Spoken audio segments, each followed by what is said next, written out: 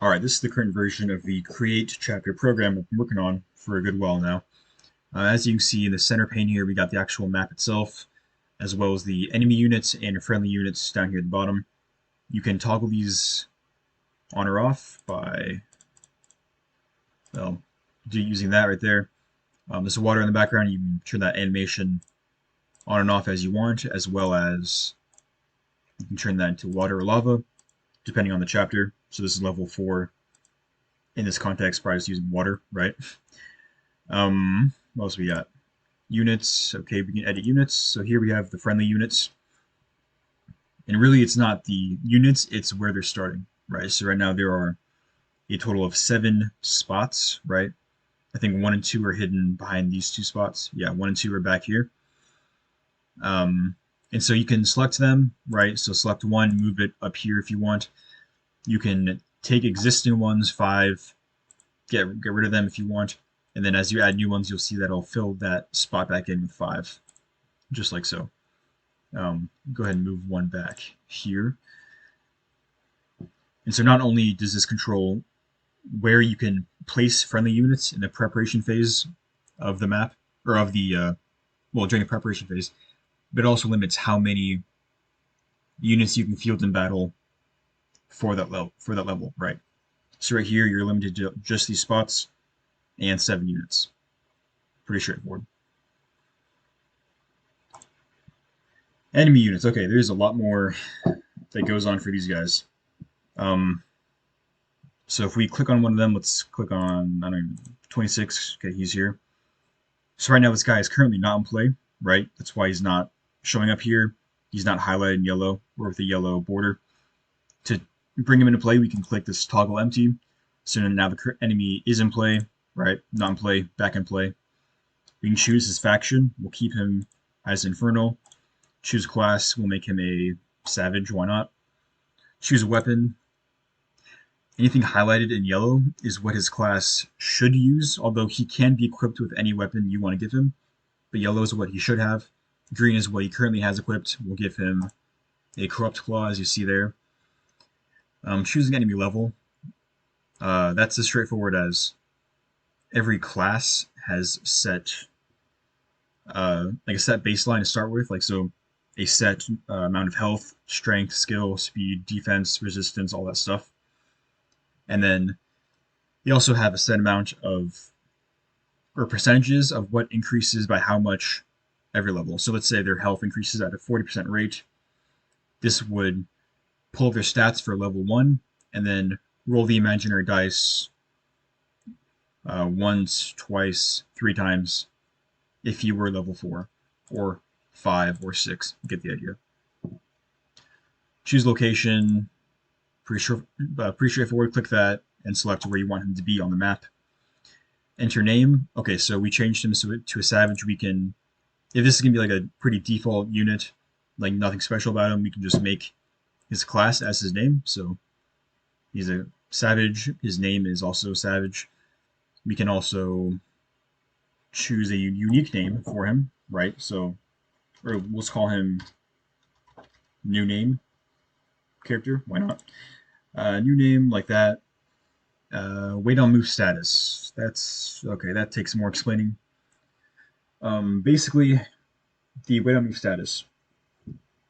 If you are none, that means you do not move. You can attack, but you will never move. And that's used for people that are occupying spots like a throne right up here. So that's probably the case for unit number 1. If we check that, he is in fact a none, or he is none for the wait on move status. If he were false, or actually, let's say he were, okay, false. If he were false, that means when his turn comes around, he will automatically start moving towards the enemy, or towards his enemy, which is you, if you're not already in range for an attack. I think the set distance is, well, so yeah, that's, he'll automatically move on the beginning of his turn, in the beginning of his turn. If that is set true, he will wait a set distance of tile, or set number of tiles, which I think is set to like somewhere between like 10 and 14 tiles, I think. And only once you're within that range, he will begin moving towards you. And not only that, but anyone who is in his move group as well will move with him, right? So let's bring in 25, bring him into play. We'll move him next to him, like so.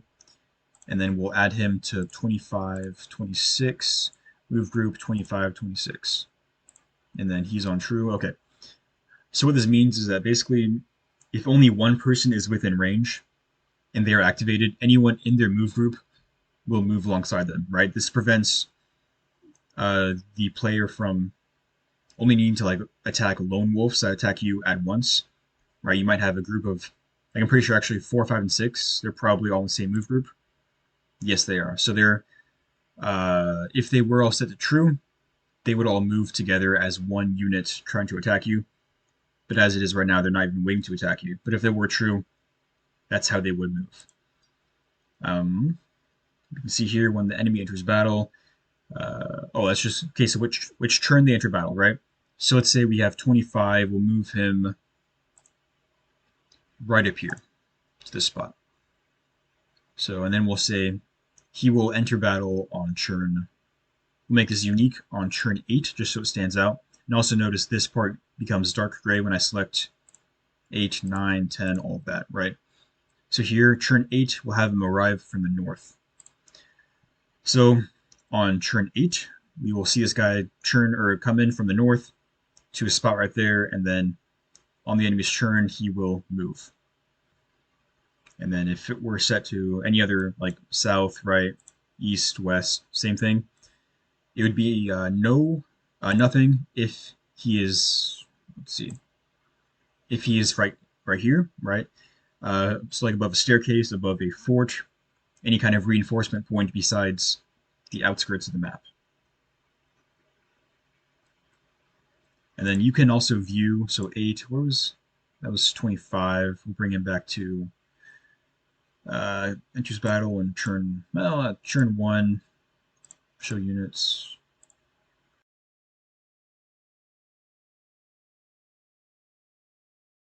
All right, one more thing, if well, just for this part, is if you do have units continually coming from the same spot, like we had with this guy right here, or in this position where it's going to be continually coming from staircases, forts, all that kind of thing, all those sorts of things.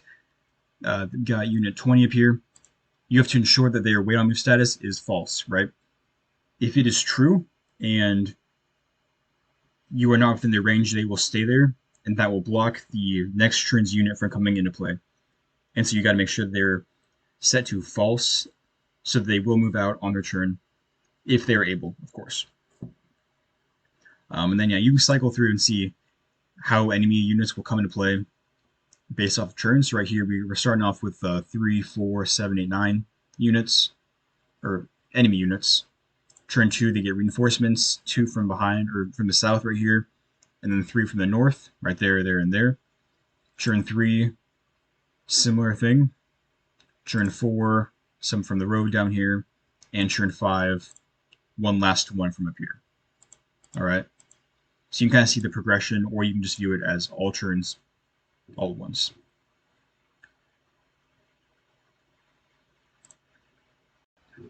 Let's go ahead and take these guys out of play. 25, 26 out of play.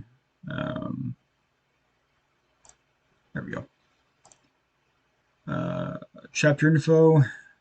All right, so you can give the chapter name a unique name, right? Maybe I'm not very creative. Let's call this creative name. There we go. So creative. Lava, water, I talked about this. All of this right here is going to change. I'm not going to talk about it until it's been updated. Wind conditions. All right. So where you see this blinking green, that applies to the seize and escape. So right now we'll set the seize point to the throne, right? It's going to be 12-1, 12-1, 12-1. What that means is for both seize and escape, even though it sets a different tone for the chapter, it's the exact same code that's controlling this, which is the main unit needs to seize that location. And so that's either, in this case, you're either attacking a fortress, right? If it were escape, maybe you're being pursued from the north, you got to escape somewhere down south. A route mission would be you've got to kill all enemy units in play. Pretty straightforward. Protect, that's going to give you a list of friendly or enemy units that must survive this chapter, right? So we can protect this guy right here for whatever reason, right? Kill is the exact opposite, gives you a list of enemy units that must die. So typically that would be the leader, right? So kill is your all enemy units in play. We'll give this guy, I think, new name. Yes, new name is in fact number 1. We can confirm that by going down here, clicking on 1. That is his name.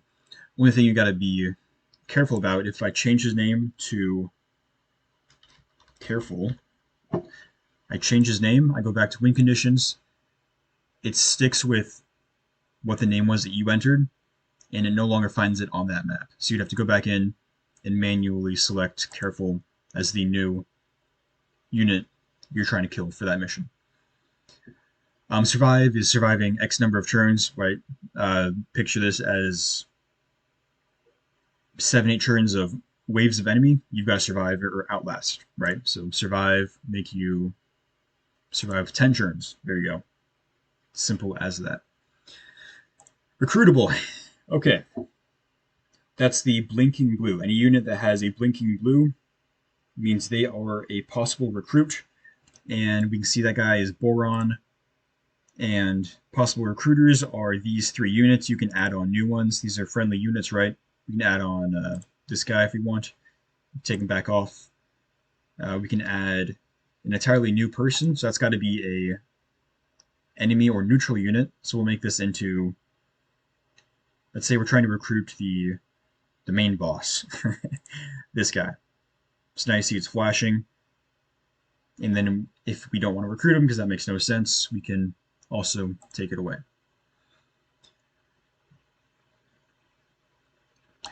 Villages, okay.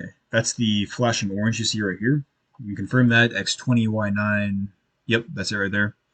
We see the loot right here, and then we can add new. So when it says new weapon village or item village, that just means what the loot is going to be, right? So in this case, we add one right there.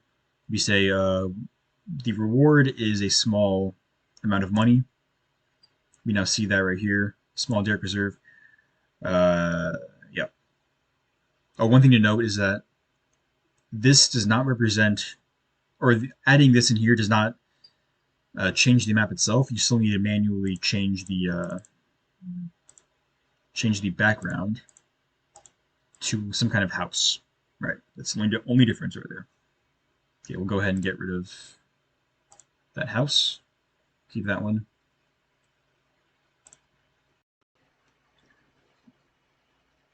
You also have chests up here. Anywhere you see blinking gold, that means a chest.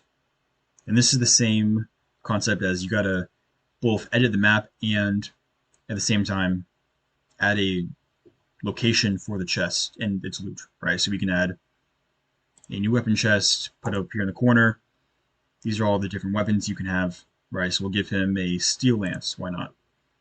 So we now see that, steel lance at X7, Y0, sure enough, there it is. You can also delete it as you want. Armory and vendor. So right now, though, yes, those are the 2 purple ones right here, armory and vendor. There's a few things you can do. You can choose a new location for it by moving it up here if you want. Again, note, it is not tied to the tile picture, so make sure you don't forget that. Secret shop, you guys already know, you can have if you have a secret card, you can enter it, which is also useful because, right, most often those are in the more obscure places, right? So we could have this only accessible by a flying unit by putting it over here on the mountains, and then make it a secret shop by clicking that one time. We'll go ahead and move that back over here though. We can add more stuff. So right now it's got an iron lance. Let's go ahead and give it a new weapon. We'll give it an iron bow. You can increase the count, right? The total number you can buy, total number you can buy from them. So we'll say, make that 10, just to be Just be that person. You will make you equal to 20, just because. Um, then same thing. You can delete armories. You can add a new one. Very straightforward. I think that is it. Talked about that, all of that stuff. Save tile map, yep.